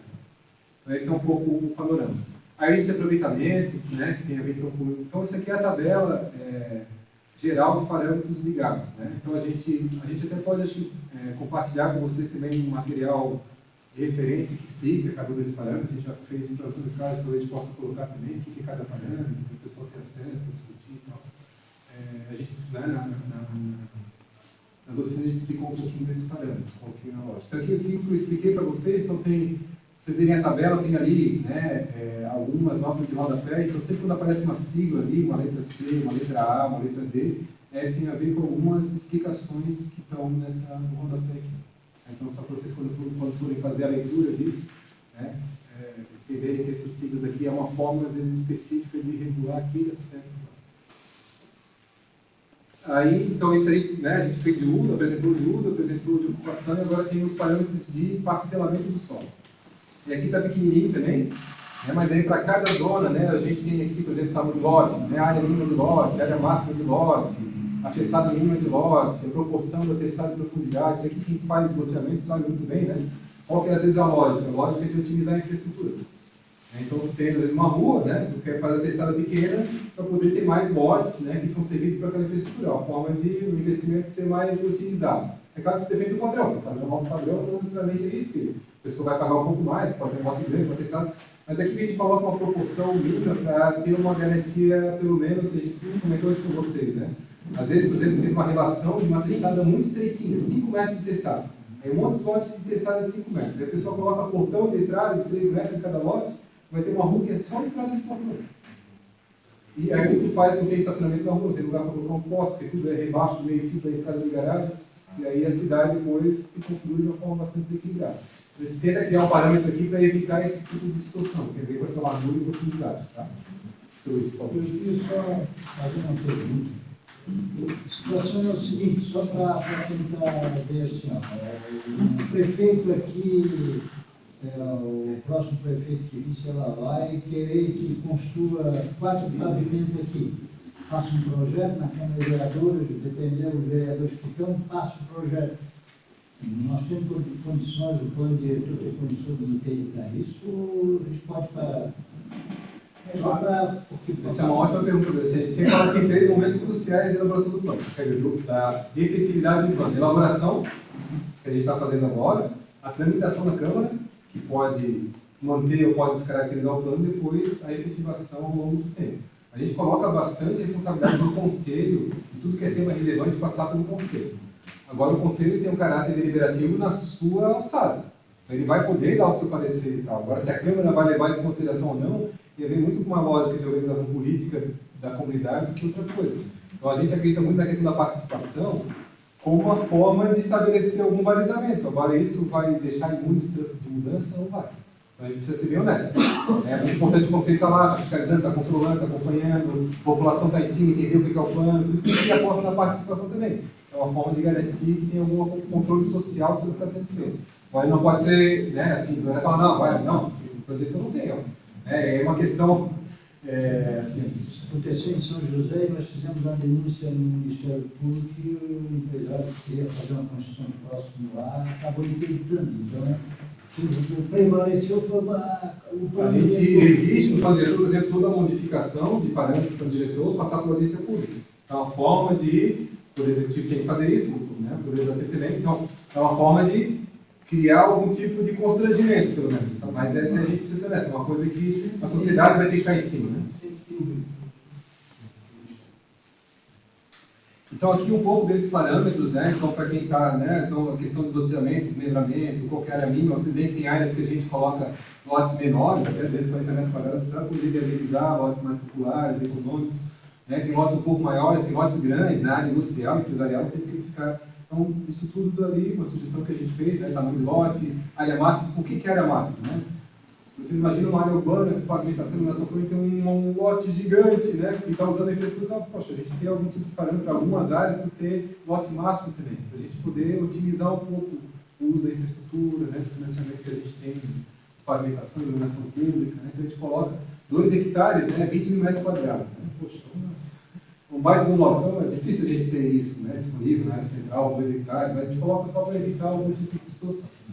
A testada mínima, você tem ali uma testada gigante, né? Chega a ser 10 metros aqui, né? Essa coisa de permite casas geminadas em alguns casos. Então, tem várias outras regulações edículas, então tem várias coisas que estão ali também na regulamentação sobre isso, né? A questão do comprimento máximo de quadra e a questão das áreas de doação de áreas públicas, né? Então, tem a ver com áreas de lazer e esse de equipamentos comunitários, que é escola, creche, questão que você tem com a lei 6766, da lei federal. Ela modificou um pouco, né, foi alterada, né, mas ela estabelece alguns parâmetros e a gente mais ou menos reconhece que já estava estabelecido, não exige a mais, né, porque a gente acredita que isso aí vai oferecer condição. Se tiver 3, 4 loteamentos regulares aí, a gente vai ter talvez, né, 4, 5, 6 lotes aí, que possa ser uma praça, possa ser uma escola, um posto de saúde futuro, né? Por favor. Não sei se tem aqui algum lote, nessas áreas, uma área terreno, né, com mais de 2 hectares. Obrigatoriamente ele vai ter que fazer o desmembramento? Quando ele for fazer uma nova, político para quando tiver uma alteração. Isso, exatamente. Quando ele for Se fazer, quando alguém disse, eu tenho uma conta que esse terreno, vou ter que ser obrigado a ligar. Quando ele for fazer um projeto de desmembramento ou de loteamento, Passa embaixo de cada mulher para você tudo isso. e às vezes pode até acontecer, né? Por exemplo, ele tem uma gleba grande que vai parcelar só uma parte dela. O outro, ele pode manter a gleba grande porque aquela não vai ser objeto de processo de avaliação análise e tal. Vai ser 100% do loteamento que vai ser parcelamento. Aí, anexo 7, vaga de estacionamento.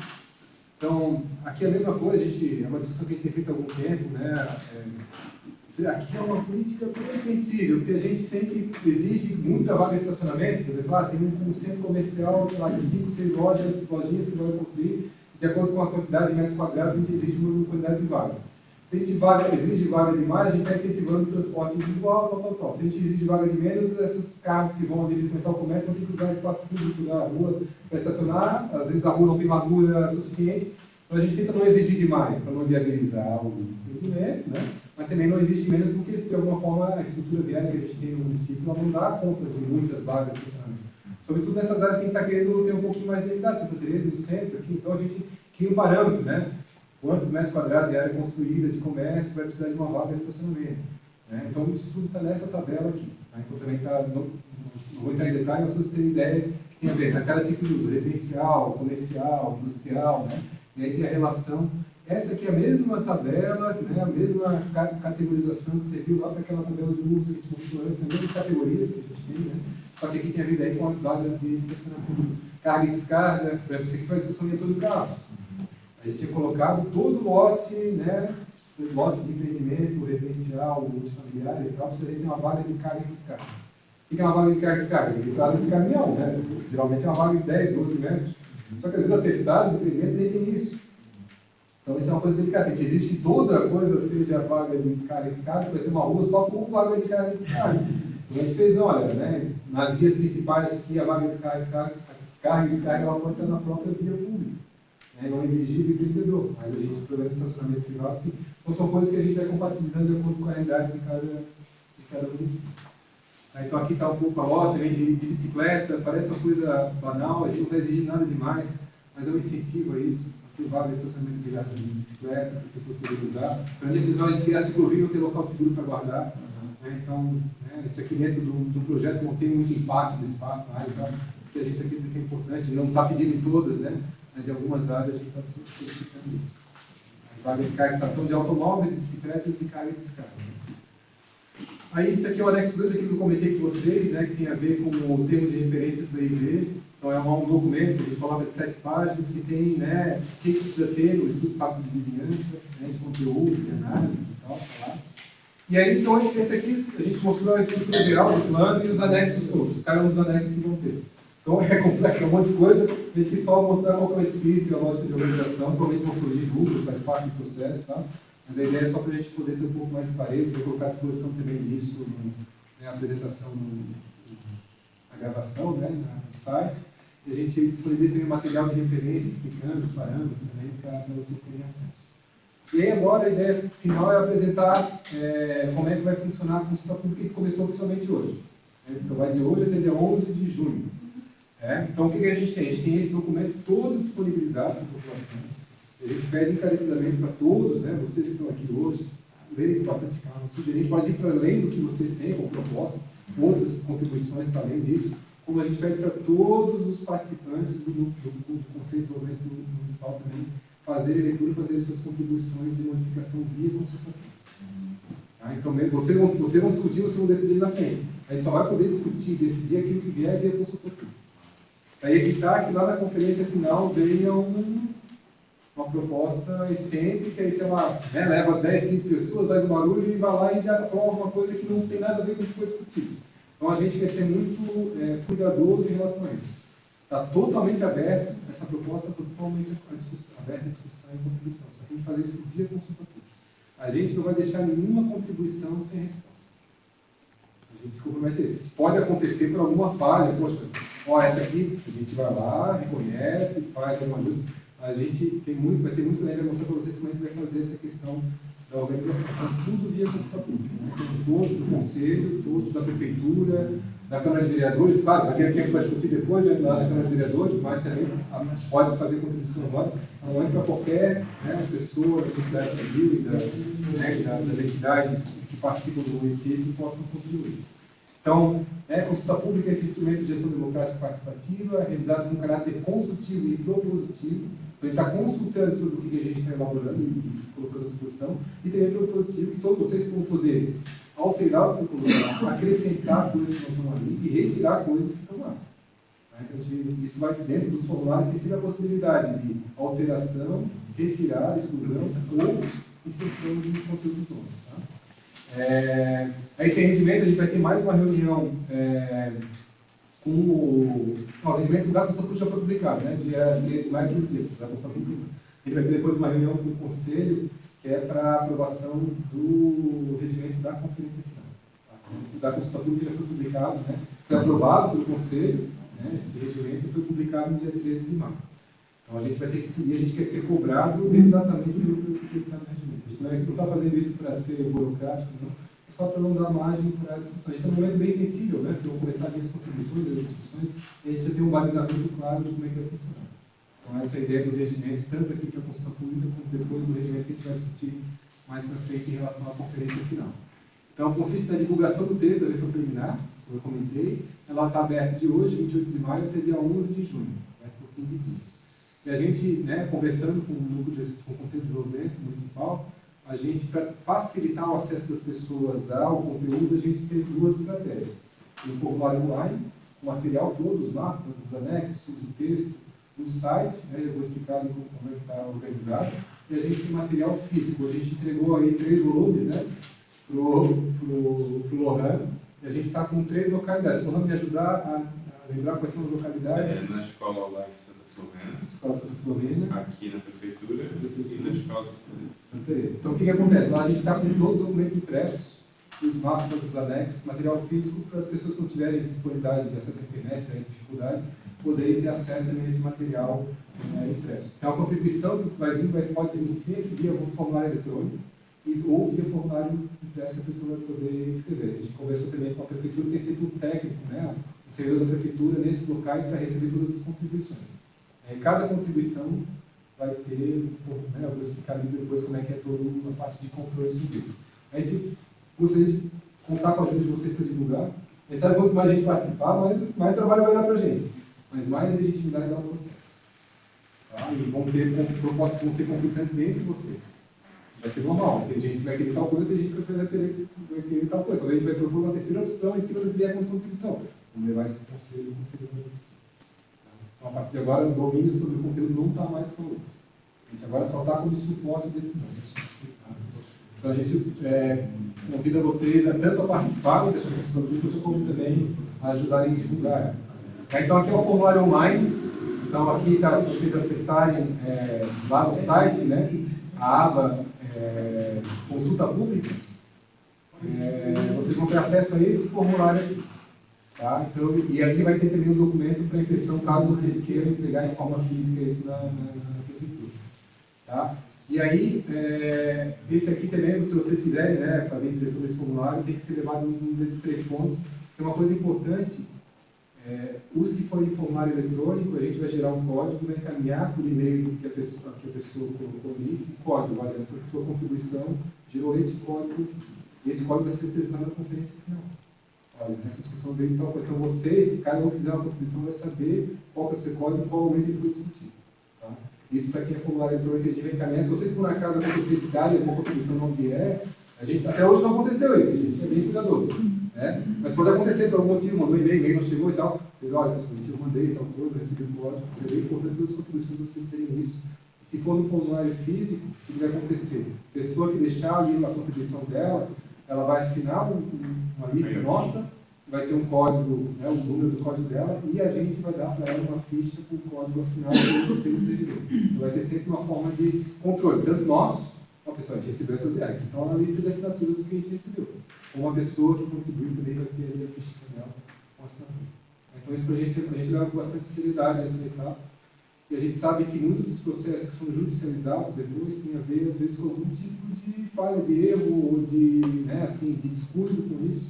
A gente acha que agora é um momento bem sensível. Então, a gente gostaria muito de contar com a colaboração de vocês para tentar fazer isso com maior cuidado. Tá, então, esse aqui é o formulário físico. Então, como o Lohan comentou, a gente está aqui na sede da prefeitura com esse kit, né? Na Escola Santa Filomena e na Escola ali da Santa Teresa. E aí, né, os formulários são parecidos entre si, né? Claro que a configuração é diferente do impresso para o digital, mas tem uma explicação, né? Aqui, a explicação, uma coisa bem importante, né? Só terão validade as propostas que apresentarem justificativa e identificação pessoal. Não que a gente vai persegui-la, mas é importante saber se a pessoa existe. Então, a gente sempre só bate o nome CPF, a gente nem publica esse nome, a lógica não é essa. A lógica é só de a gente poder mapear se essa pessoa existe, se a pessoa existe objetivamente. E uma coisa importante é justificativa, não precisa ser uma justificativa elaborada, técnica e tal, né? Claro, quanto mais vocês trouxerem elementos, é importante. É só para a gente poder entender qual que é por que a pessoa está propondo aquilo, e a gente poder, de alguma forma, dialogar, né? Elaborar nosso parecer técnico, justificar, entender um pouco melhor, porque a gente quer fazer isso de uma forma bastante cuidadosa. Então, por exemplo, aqui é só uma identificação geral, se a pessoa participou ou não participou desse, não tem necessidade de participar de uma atividade participativa oficina, só para a gente saber se a pessoa acompanhou ou não, né? Então, tem alguns dados aqui, e aí tem aqui a questão da proposta, né? Se ela quer uma inclusão, uma modificação, uma exclusão, né? Qual que é o trecho, é um anexo, é um mapa, é um artigo tal, né? Então ela escreve aqui o que ela quer, se ela quer modificar, incluir ou excluir, a justificativa, né? A proposta, o que ela quer, qual que é a proposta dela e a justificativa. E ela pode inserir algum anexo. Por exemplo, tem mapa, a gente está querendo aqui, está sugerindo que tal tem aqui tal modificação do perímetro. A gente quer aqui que tenha tal. A gente está anexando assim que é a nossa proposta, sei lá, mapa, que a gente está imaginando, né? Então, você pode, se for do ponto de vista físico, a gente coloca aqui, né, sim e quantas páginas, a gente também não falta, né? Foram 15 páginas por teste, foram 13 páginas por teste. E aí depois tem uma parte final aqui, que é destacada, né? Que a pessoa assina, né? Então falando que realmente é isso, né? Ela entregou o anexo sem anexo, né? A contribuição, e ela recebe, a gente vai colocar aqui o código que a pessoa destaca isso, ela vai assinar isso no nosso formulário de controle e ela vai receber um pedacinho dessa ficha que ela proporciona no acompanhamento dessas contribuições. Então, uma coisa importante, isso aqui vai ser aprovado pelo conselho, né? Então, o formulário tem que conter identificação, tem que conter qual que é o...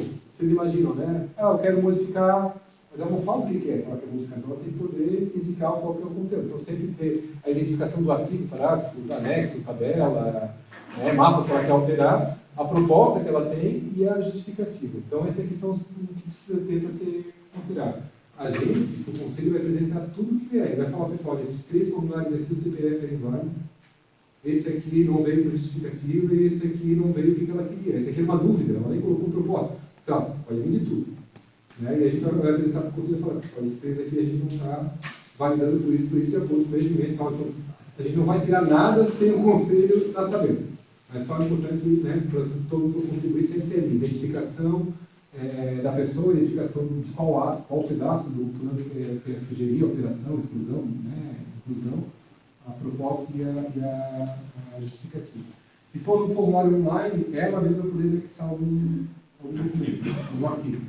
Tá? E tudo isso, bem importante, tudo isso vai ser disponibilizado. Eu posso trazer 5 formulários, se eu quiser, e passar para as pessoas fazer lá. No físico, quanto o senhor quiser retirar e fazer. No digital, para cada resposta, a gente está permitindo que a pessoa faça 10 contribuições. Se a pessoa tiver 15, ela pode preencher 2. Uma coisa que a gente já tem que antecipar para vocês, é bem comum acontecer, às vezes a pessoa, na escrita dela, dá 2, 3 contribuições da mesma. Eu queria alterar o aproveitamento e o recuo lateral. São 2 coisas diferentes. O que a gente vai fazer é separar as 2 contribuições e dar um código para cada um. Então, só para vocês terem ideia que isso é um trabalho interno para a gente, não é fácil. Né? A gente tenta fazer tudo até hoje, não tem nenhum problema, porque tem funcionado bem, assim, mas é uma coisa que a gente faz com bastante cuidado. Então, só vocês terem ideia, né? Então, sempre vai ser um código, né? Vai ter o formulário de verificação que a pessoa vai assinar, né? Que é o formulário que a prefeitura vai ter, e esse aqui vai ser encaminhado para... Então, esse código aqui do nosso formulário vai ser repassado para isso aqui. Então, essas coisas sempre vão bater, uma coisa com outra. Que a gente tem como numeração na nossa tabela e que a pessoa vai ter como numeração na sua contribuição. E aí é isso, né? Depois vai ter a sistematização, então todas as contribuições são recebidas, serão sistematizadas, elas serão publicizadas. Então, a gente vai fazer uma tabela com a apresentação de todas as contribuições que vierem, justificativa, apresentação, porque a ideia é ser transparente nesse processo. né? E a gente vai ter aí as nossas respostas técnicas, né? Algumas vão até para a questão jurídica, que dependendo da contribuição, ela pode ser um tipo de teoria, mas às vezes pode ser uma ilegalidade. Sei lá, a pessoa está propondo uma coisa que a legislação não permite.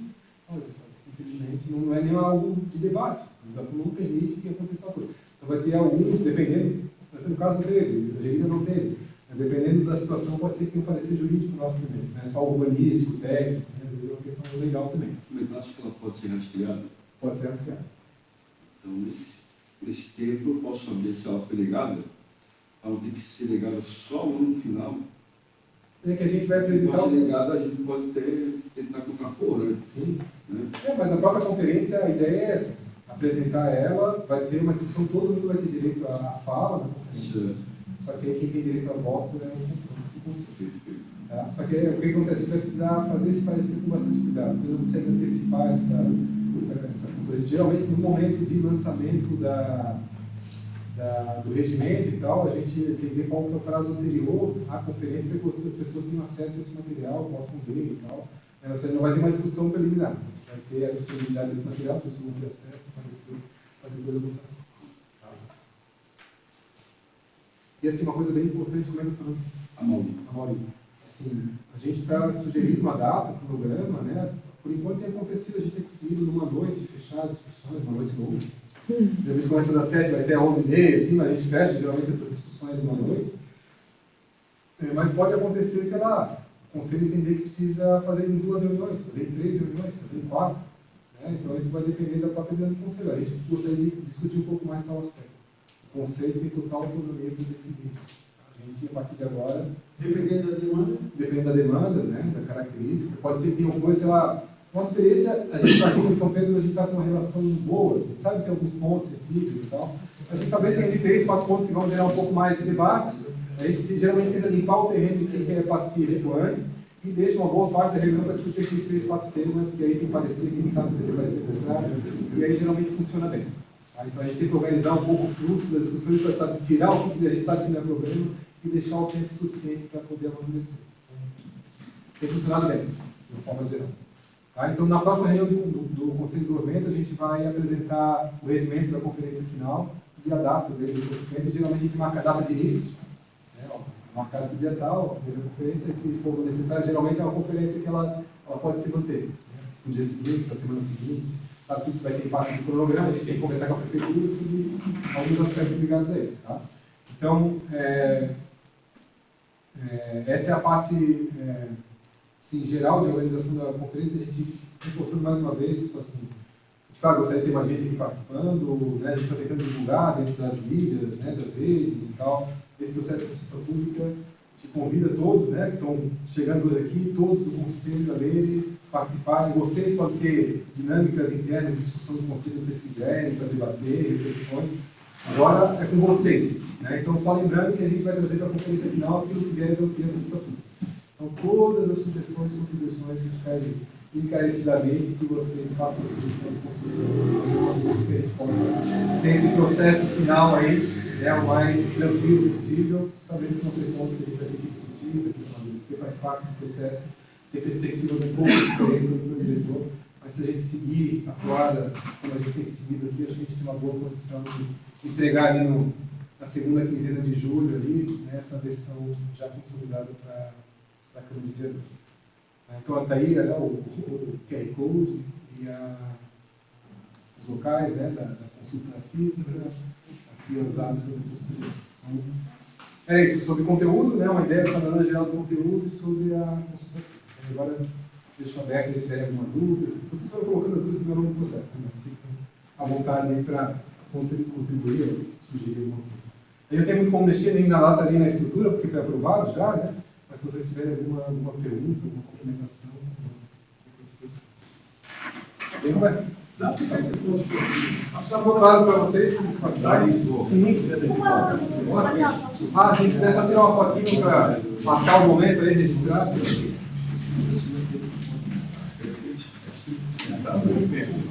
ter que ser de pé. Na frente.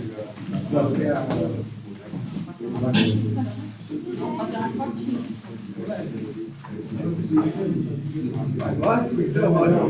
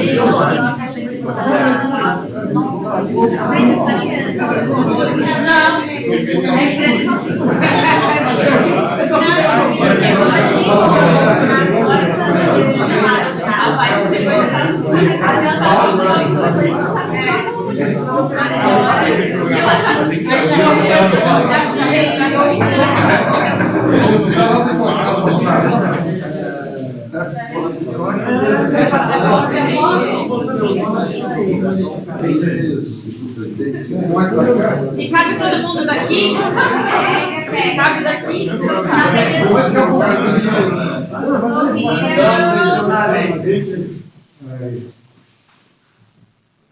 Os traques se agacham. Tirei várias. Somos jovens.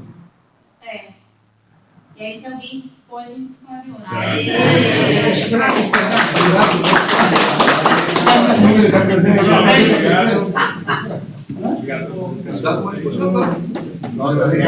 Gostei não. Mas eu vou. Qual será o vídeo? Agora